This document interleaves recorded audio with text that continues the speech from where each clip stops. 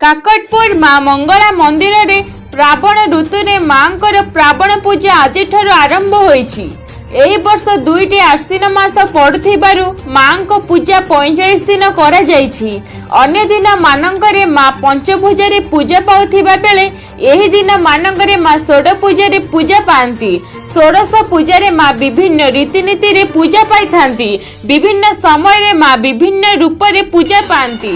एही श्रावण रे मां को दर्शन करिबा पई विभिन्न अंचल रो अनेक लोक आसीथांती, किंतु चलित वर्ष कोरोना कटकणा पई प्रशासन मंदिर को भक्त मानकु आसीबा को बारण करिछि एवं सबु द्वारा बंद रखी मां को पूजा विधि चालू रखे पई कहिछि। किंतु मंदिर पूजक तापस कुमार दीक्षित कहिसेंती मंदिर पक्षर सरकार को अनुरोध करा जाइछि जे तीनोटी द्वारा बंद रखी केवल सिंहद्वार सम्मुख में सामाजिक दूरता रक्षा करी दर्शन करने पई सरकार अनुमति दियंती। जय मां मंगला, जय जगन्नाथ। मो ना तापस कुमार दीक्षित, मंगला मंदिर पूजक, मंदिर सेवक निजर एडभाइजर। आज ओडिशार पुरी जिलार अधिष्ठात्री देवी काकटपुर मां मंगला पीठ में मां पार्वण पूजा आरंभ हो शारदीय पूजा। यही वर्ष दुईटी आश्विन मास पड़ुथिबारु मां पाखे शारदीय पूजा 45 दिन पूजा करा एवं षोडशोपचार पूजा करा।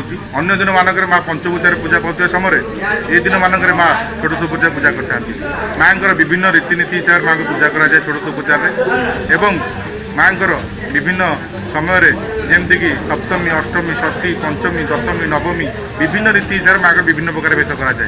जमीक मां कार्तिक बर, तिरकमाण, मां महासप्तमी मां सिंहवाहिनी वेश, महाअष्टमी मां महिषामर्दिनी वेश अनुष्ठित होता है और नवमी शांति वेश, दशहरा मां लक्ष्मी वेश अनुष्ठित होता है। किंतु ए वर्ष कोविड कटकणा जो मंदिर सम्मुख द्वार बंद अच्छी, भक्त मैंने कहीं आसुना, किंतु आम प्रशासन को ये अनुरोध करुँ कि मंदिर प्रशासन सिंहद्वार खोली जाऊ एवं अन्य 3 द्वार बंद करा जाऊ। मां के पाखे सिंहद्वार सम्मुख थिबा जो भक्त मैंने आसुचंती बारिगेट रे दूरता मेंटेन करिक मंदिर द्वार रे मां को दर्शन करा जाऊ।